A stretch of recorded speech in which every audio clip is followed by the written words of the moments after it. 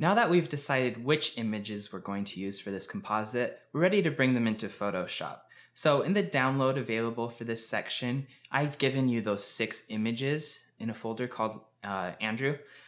So go ahead and open those with me right now. What we're going to do is we'll go to File.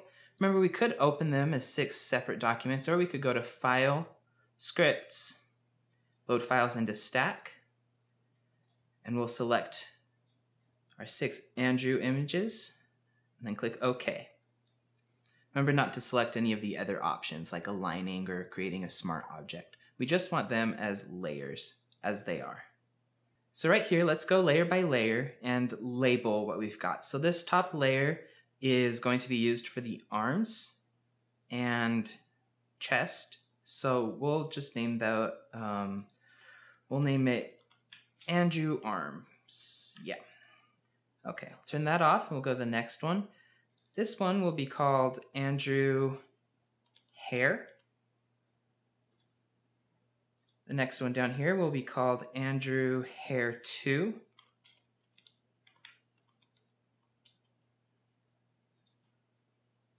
Then we have Andrew Face. This one will be used for his face and the hair covering his face. We'll just call it Andrew Face. And down here we have, let's see, what was this one? Oh yeah, so this bottom one is Andrew Legs. We'll call it Legs, yeah, even though it's gonna be like all of this right here. It'll be Andrew Legs, and then this one above it is Andrew Foot Left. Just remember, we have to use this foot to paste onto here because this one's covered. Okay, so let's get started. Now this video is all about using our selection tools. We've covered them in more basic terms before, but now we're going to get in depth and talk about how we can really use these to make really specific adjustments. So the first thing I'll show you, let's turn on the Andrew Foot layer. We don't need all of this layer information, so let's just go to the lasso tool here. Just circle around the foot and go up a little bit onto the leg. Then click Control-Shift-I to invert the selection. If you just click Control-Shift, it'll invert the layer. It'll look something like that. So Control-Shift-I to invert the selection, and then you can just backspace, and it will delete everything. Click Control-D to deselect. Now you can see this layer is just the foot. Doing this can be helpful for layers. If you want to bring the file size of your document down, you can just cut out the parts of each layer that you need. I'm not going to do this for the other ones because I don't know quite yet what I'm going to need. And when you make selections in the way that we're going to learn in this section, we might want some of the information that we have in the rest of the layer.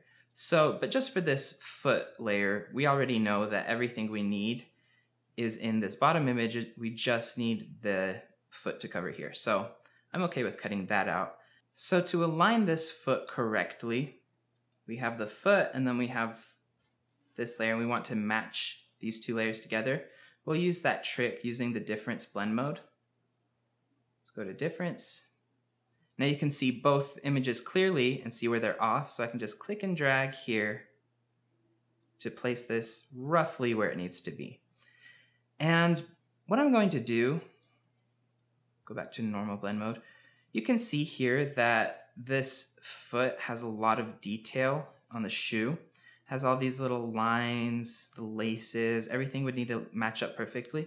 So I'm going to use the entire shoe from the top layer and then cut it right around here on the leg.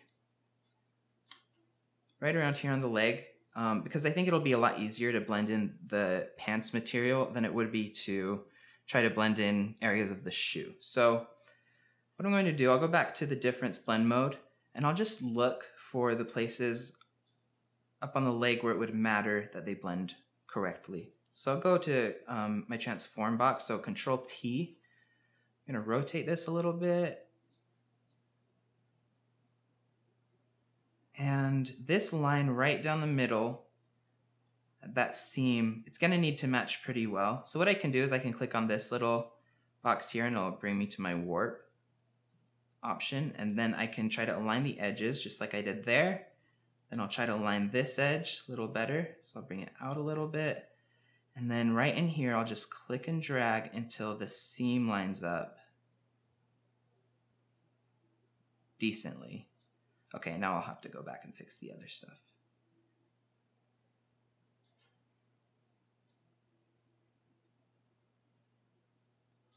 Okay, let's see, the seam, it's kind of giving me some trouble. All right, there looks good. I'll bring these in a tiny bit. Okay, click OK. Bring this blend mode back to normal, and now I'll create a layer mask around the foot, and I will paint out the areas of this seam that I don't want. So I'll go to a black brush, just paint out here. I have a brush with, here, I'll bring the hardness down a little bit.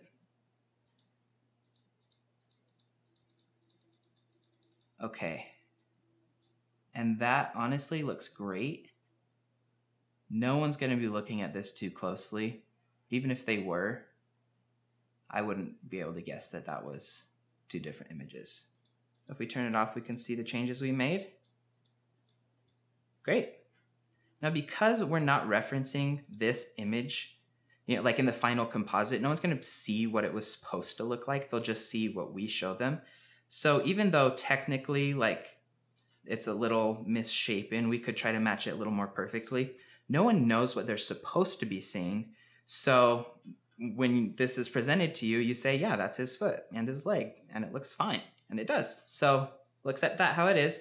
We'll select both of these layers, right click and choose merge layers. And now these are all one thing. We won't have to worry about that anymore.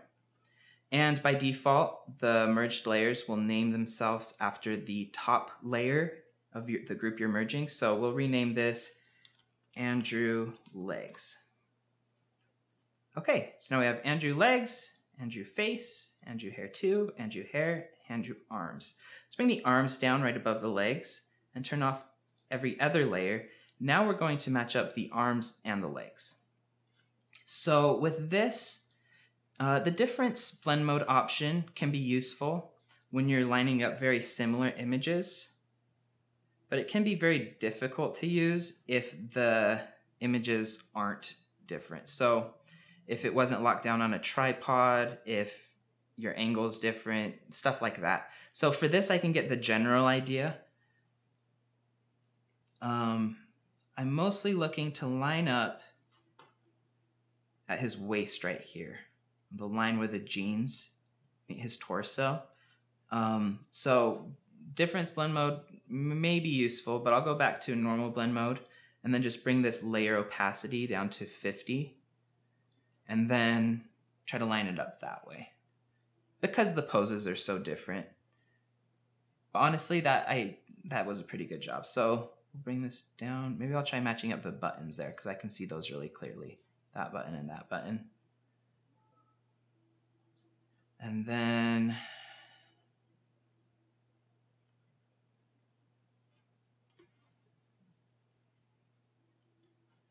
his back here. It's decently matched up. We're going to work with this how it is. Bring that opacity back up. And now if we see the two layers, see that right here along the waistline is matching up pretty well, although the rest of the image is pretty different on both sides and in both images. Okay, now we're ready to start selecting. So we're going to focus on this Andrew Legs layer down here. We are going to use some of these selection tools, and we'll go through them right now and learn a little bit more about them than we have in the past. So first we have our marquee tools. We have our elliptical and rectangular marquee tools. We won't focus on the single row tools because they're not super helpful for compositing. If you use these, it'll select whatever row of pixels you clicked on. And I honestly don't know why people use this. I'm sure it's there for a useful reason for some people, but for what we do in this class, we don't need that. So we go to the elliptical marquee tool. I'm going to show you something really important to know about these selection tools. Oh, so I need to Control D to deselect when I had clicked before, so I'll click Control D.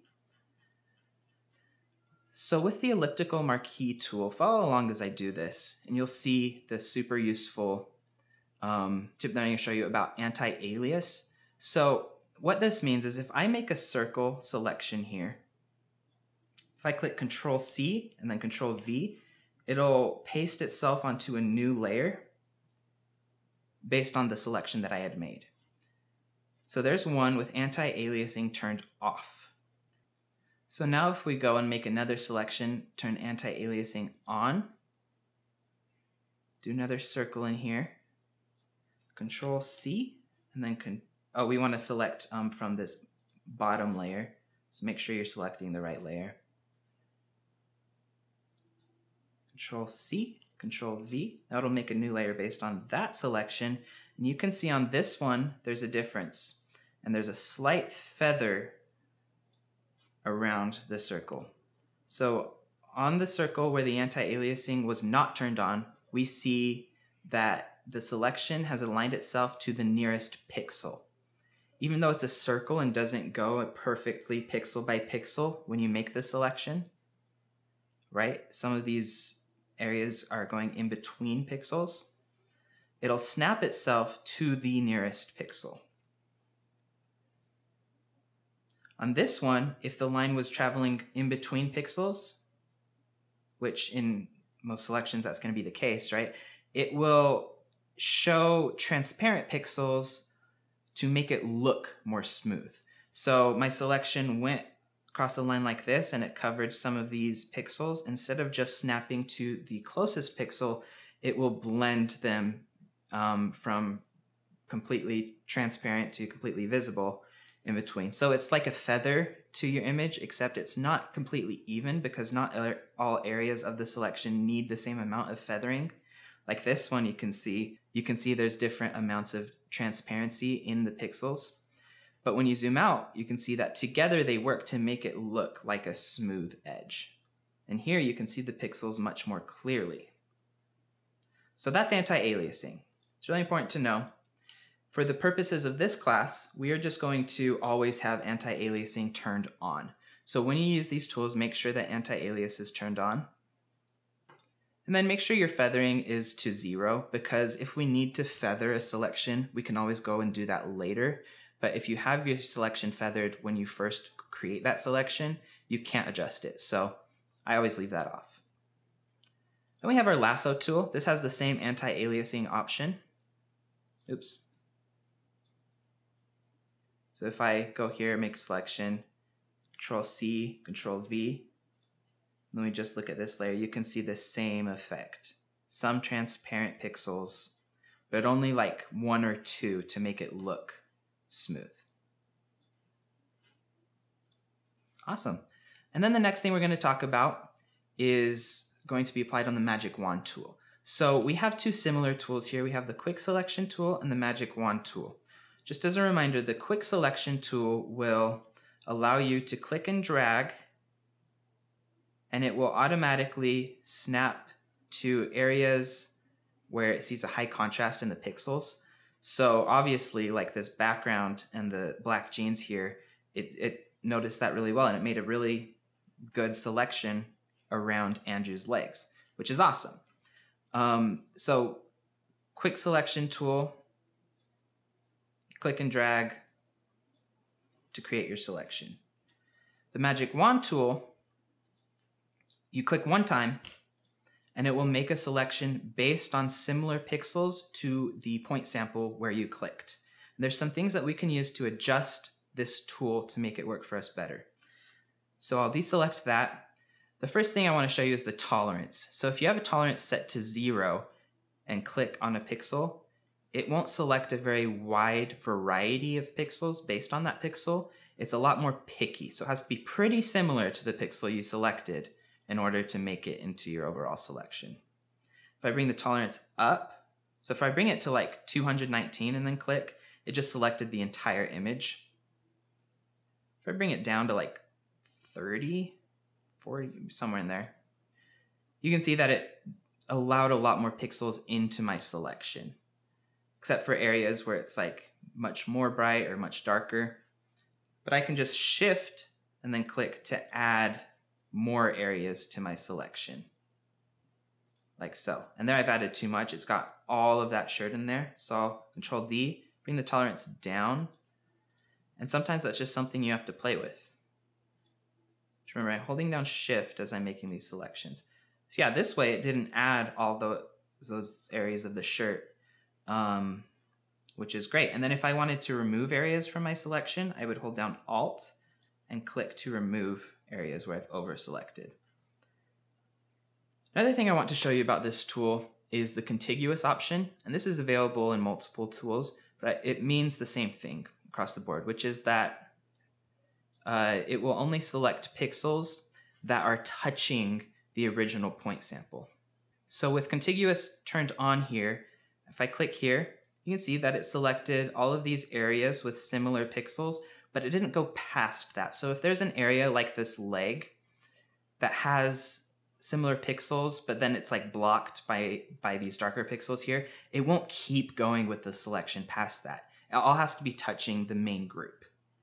If I turn contiguous off and then do the same thing, you can see that some of these pixels over here were selected even though they're not touching any areas of the main selection over here. So it'll select across your whole composition whatever pixels match well enough to the original point selection based on your tolerance. So we'll turn that off. Contiguous, I usually turn it on when I'm making selections like this because I'll just turn it on and then shift click areas around until I've got everything I want. The next thing I want to show you is this sample size option. So right here, we've had it on 3x3. And if I click here on point sample, what it will do is make my sample based on the single pixel that I select, which can be kind of difficult to control. So if I zoom in here and I select a pixel, if my tolerance is up, it will do a good job at, getting a good sample based on one pixel because these pixels are all pretty similar to each other. If I zoom all the way in, there's not a wide variance of the color tones here because it was just a white wall, right? If I turn this off, let's say I went to the jeans, I brought my tolerance down and then clicked there. Based on whichever single pixel I clicked, it'll select pixels similar to that. You can see in the jeans, there's a wider variety, right, in the colors of the pixels. And so some of them are just left out, right? These lighter ones have all been left out because I happened to click on a darker pixel. So what I can do to fix that is increase my sample size. If I did a 5x5 average, wherever I click, it'll take a 5x5 average of that area. And now I've got a lot more in my selection, right? So if I wanted to increase that even more, do that. And now I've got all of this in my selection. Pretty much all of the jeans made it, except for some of the really dark areas here. So that's sample size. I'll usually leave it on 3x3 or 5x5 because that's usually good enough.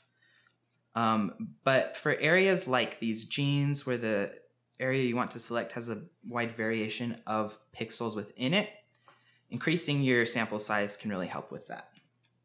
So let's go ahead and cut out these jeans. We want to cut out from about here, around the legs, and then we want to get under here, under the cloth, and we'll bring it right into here. So his arms on this overlaying layer are going to be the area where we cut out this image. So everything past this line on this side will be shown. Everything on this side of that line under the arm will not be shown. So we need to cut out basically just like that. And we'll go a little past where we really need to have it cut out just in case. And then here we'll probably come down here with the cloth and then make our selection based like around that. Yeah, we'll just have to see what the easiest way to blend those together will be, where the easiest part to blend them together, because it might be in this skin, it might be on the shirt here. We'll just have to look and see when we get there. So we'll allow ourselves to have some extra room to work with by making a selection a little bit bigger than what we actually need. So let's go to the magic wand tool. Again, this is probably my favorite selection tool to use, because with the Shift and Alt options to add or subtract areas from your selection, and then increasing or decreasing your tolerance levels and sample size, you can get really specific with this. So remember, I have anti-alias turned on and contiguous turned on. Do not have sample all layers turned on, because that will, whatever is visible will be caught in my selection, and I'm just looking at this single layer right now. So I'll click here to start. Good. I'll shift click to just make sure my selection goes all the way up here. And then I'll shift click over here to add these little areas. Oh, see, that went way overboard. So I'm going to bring down the tolerance. Shift click again, and that did a much better job. Not quite though, so I'll bring it down a little more. Okay. And then areas like this, you can really just get and paint that when you've created a layer mask later on. So we won't worry too much about that. So we'll add these black bars here, and all this under here.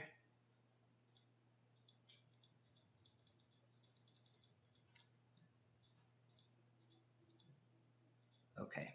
And when I'm doing this, there are going to be little areas like this that didn't make it into the selection. My main focus is the overall border of the selection, so this right here. And then places like this where it's like the border's here, but then this little area down here is also part of my selection. That's really easy to paint out when you have your line here. You just get a black brush and paint out that area. So that's not stuff I'm too worried about right now. Okay, then we'll get in here. Just kind of click around, undo when you need to. And then it got a little bit too much selected here, so I'll Alt click to try to bring that back out a little bit so I can see more of that shirt.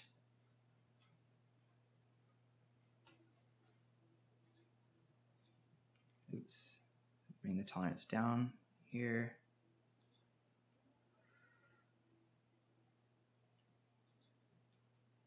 Good. Okay, now these jeans kind of looking funny. So it did make a selection right here, but we need to add this area to it. Oh, okay, so we need to add all this to the selection.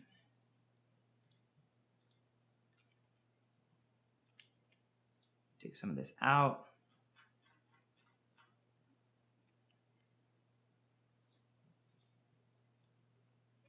What am I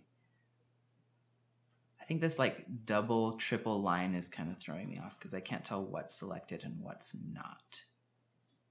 With that, I can click on my quick mask icon down here, and it'll show me what's selected and what's not. So you can see that all of this wasn't selected and all of this was. And I thought it was the opposite. So yeah, so we'll go ahead and turn that off. It'll go back here. We can just there we go. Just a few clicks will help us with that. Okay.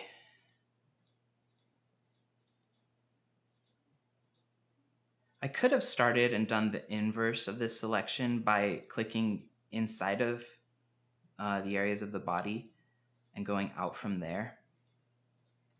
And there's no reason why I didn't. I just thought it might be easier to just select the white. Bring the tolerance up. Get some of these areas. Again, we're really focused on the border here. So this little area in here, I could just alt click that out, but I could also paint that out when I create my layer mask and start adjusting that. So I'll leave that there and hopefully remember it so we can go back and I'll show you how to fix that. Okay, and then I'm just gonna zoom in here closer in to see that our selection is good. here, I might want to add to that.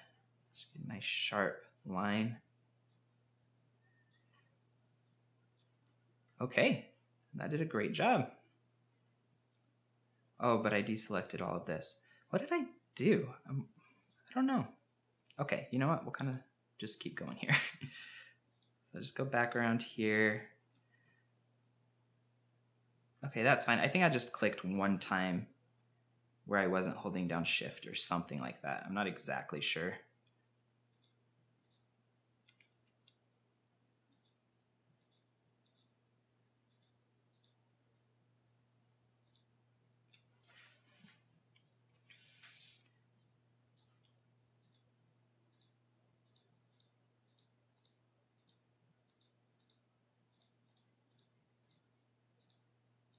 So up here, even though this down here is a mess, I don't care because I care about this border line right here.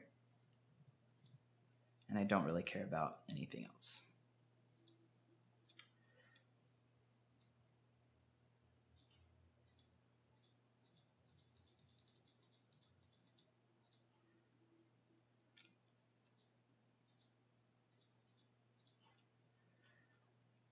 Okay.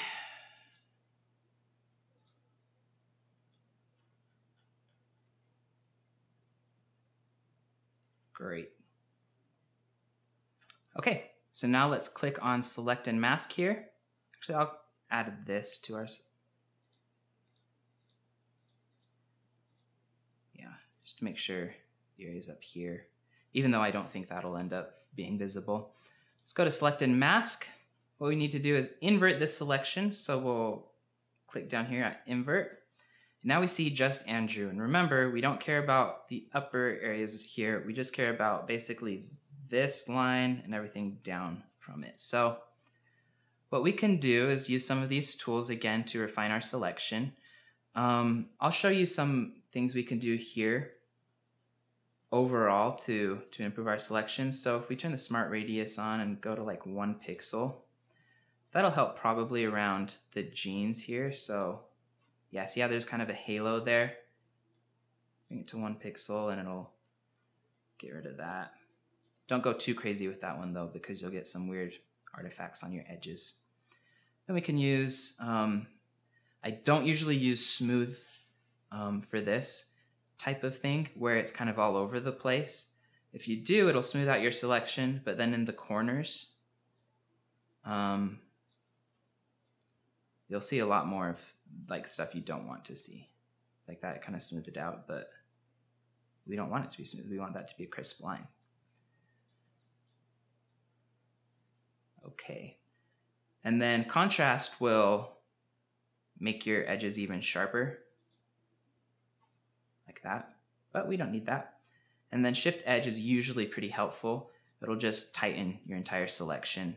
And you usually want to crop it inwards of the outline by a few pixels so you don't get weird halo effects or anything like that. So if we Shift Edge downward a little bit, you can see how it's kind of getting rid of those halos. Let's bring it down.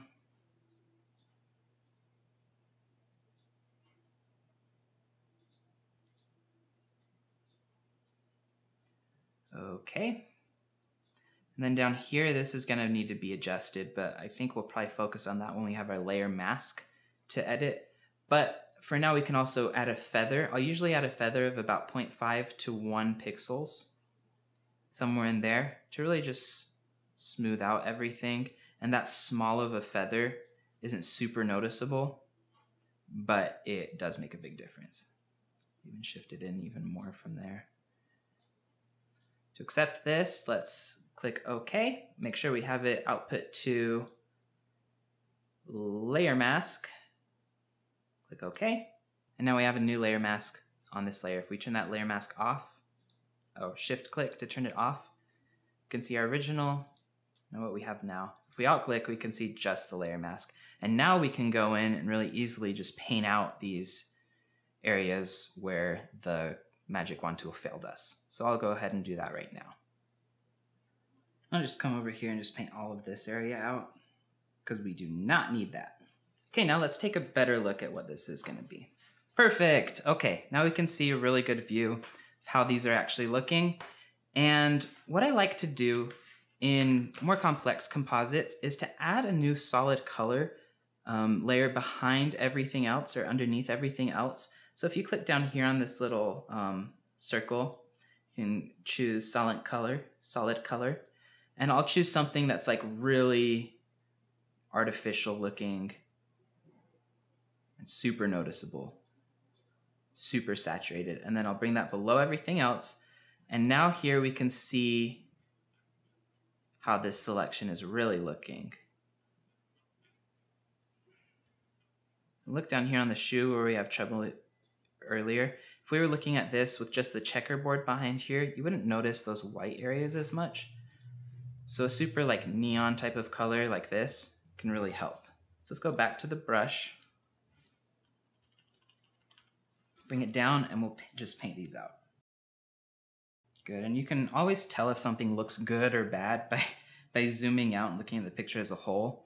Now that foot isn't showing anything weird. It might not be the most perfect selection, but from here it looks fine, and that's how the audience is going to see it anyway, so don't need to worry about it past that. And then this area with the shirt, it's supposed to look kind of like it's in motion and stuff, so I'll refine this a little bit with the brush, especially right here. Go to a white brush and paint these little areas back in. Make it more of a smooth edge. Okay, and now because we want it to look like it's kind of in motion a little bit, that it's kind of floating around, we can go alt-click on the layer mask and use the blur tool to kind of blur out this spot. So go to the blur tool here, bring it up, bring the strength down. Just kind of go over this a little bit. Remember, it's not blurring anything on our layer, just the mask.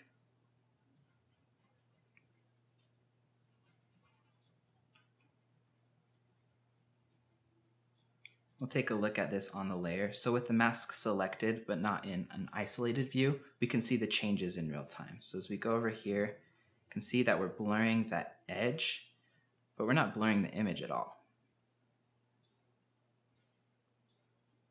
Just the mask. Okay, so there we have it. We have our legs. Now, another thing that I do is sometimes I'll add a second solid color layer that's like a different color so that you can see different, I don't know, sometimes you get a better idea of what you've done. So if we have this bright green down here, just kind of get a different view. You can see how it looks different around the edges here. You can see how well you really have made your selection. And if there was something in your image that was similar to one of these colors, the other solid fill beneath everything would really allow you to see that more clearly. So next we're going to continue cutting out our image, but we're going to use some different tools to cut out the hair, to cut out the arms, and the rest of the elements in this composite.